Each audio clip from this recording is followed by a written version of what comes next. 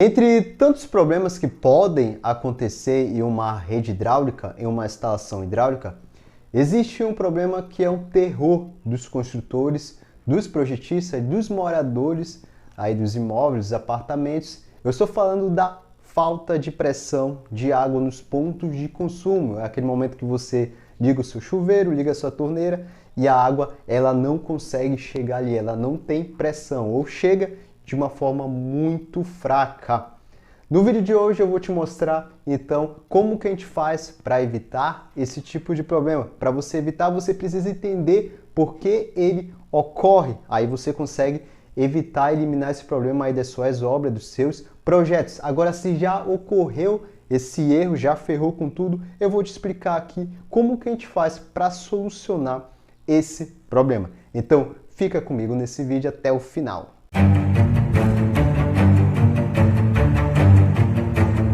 Mas antes de iniciar, eu peço que você se inscreva aqui no nosso canal, já curte esse vídeo, ativa o sininho para você receber as novas notificações de novos vídeos que a gente for lançar aqui. Então não se esquece, se inscreve, curte, ativa o sininho e agora vamos lá, vamos aprender junto. Nas instalações prediais, instalações hidráulicas, consideram-se 3 tipos de pressões principais. A pressão estática, que é a pressão do tubo, no tubo quando a água ela está parada, por isso que é pressão estática.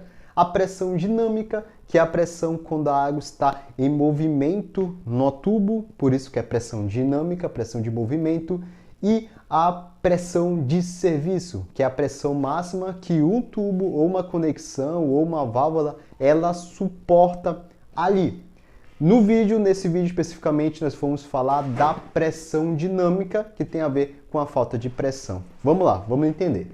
Em relação à pressão dinâmica, a NBR 5626, que é a NBR que trata ali de instalações de água fria, ela fala o seguinte, que em qualquer ponto da rede predial de distribuição, a pressão de água em regime ali de escoamento ela não deve ser inferior a 0,50 MCA, ou seja, a pressão dinâmica ela não pode ser inferior a 0,50 MCA, segundo a NBR 5626. O que é MCA? MCA é metro de coluna d'água, o que significa que 0,50 em relação ao ponto de consumo ali ia ter um meio metro. Se eu falo 1 metro de coluna d'água, estou falando de uma altura de 1 metro ali em relação ao ponto de consumo. Por isso que MCA significa metro de coluna d'água.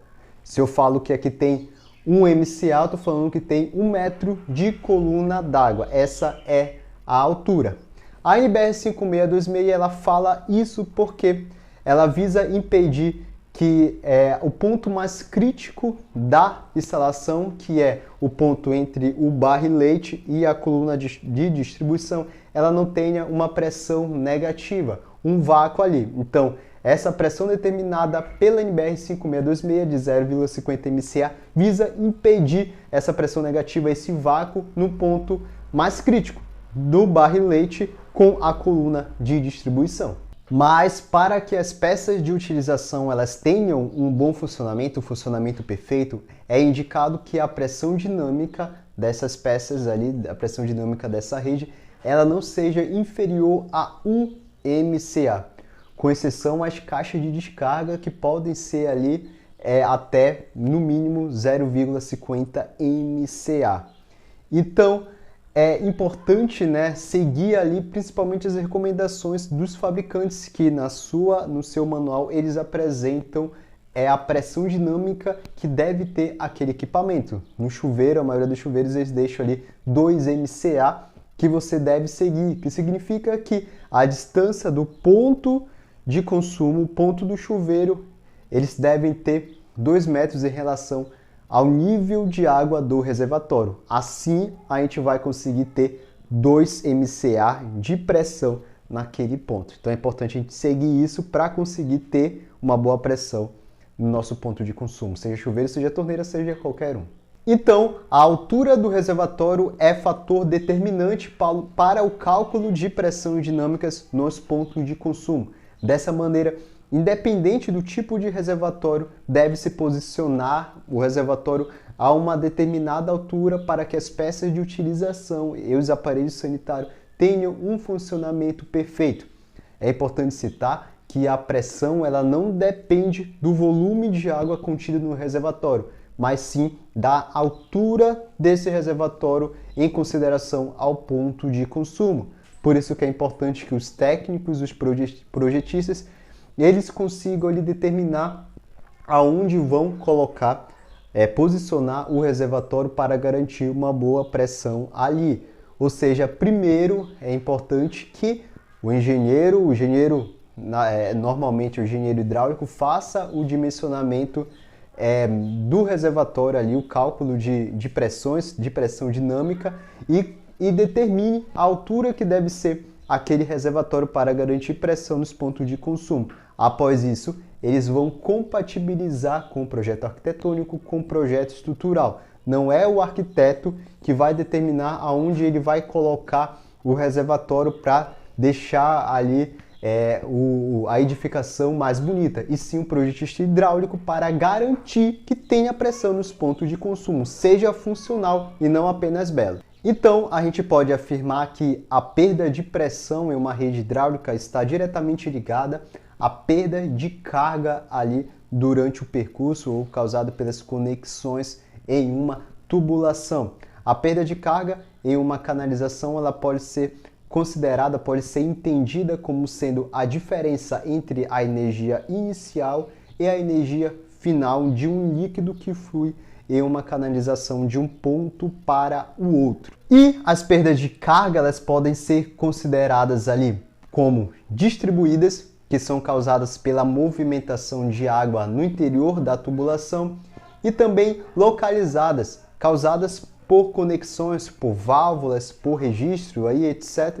Portanto, quanto maior for o comprimento dos tubos, quanto maior for o número de conexões desses tubos, ou quando ele for mais rugoso e com menor diâmetro, maiores serão os atritos que serão causados dentro desse tubo e, lógico, maior será a perda de carga e menor será a pressão nos pontos de consumo. É importante lembrar que na prática não existe uma tubulação sem perda de carga. O que a gente pode fazer é tentar diminuir isso, como diminuindo o percurso das tubulações, utilizando conexões ali, por exemplo, ao invés da gente utilizar um joelho 90 graus, a gente pode utilizar um joelho 45 graus, ou a gente pode utilizar uma curva. Por quê? A gente consegue entender que quando a água entra nessa conexão, o impacto dela ao mudar de direção é muito maior quando a gente trata de um joelho 45 graus, que quando a água vem, o impacto será muito maior, muito menor, porque a mudança de direção é menor. Lógico que também isso ocorre na curva, né? Até porque o impacto é muito menor em relação a um joelho 90 graus, que o impacto é maior, a mudança de direção é muito grande. Então, essas pequenas mudanças da utilização de conexões nas tubulações já conseguem melhorar a pressão nos pontos de consumo. São essas pequenas mudanças que a gente consegue garantir uma boa pressão ali para os nossos clientes, uns bons projetos, umas boas obras. Pessoal, eu espero muito que você tenha gostado desse vídeo, que esse vídeo tenha te ajudado a entender ou a resolver um problema aí no seu imóvel, na sua obra, enfim. Eu espero que realmente tenha te ajudado, e não esqueça de deixar o seu comentário aqui, seja o seu feedback, seja uma sugestão, seja qualquer coisa, comenta aqui embaixo que a gente está lendo tudo, e com certeza eu te espero no próximo vídeo, te espero no próximo conteúdo. Até a próxima, tchau!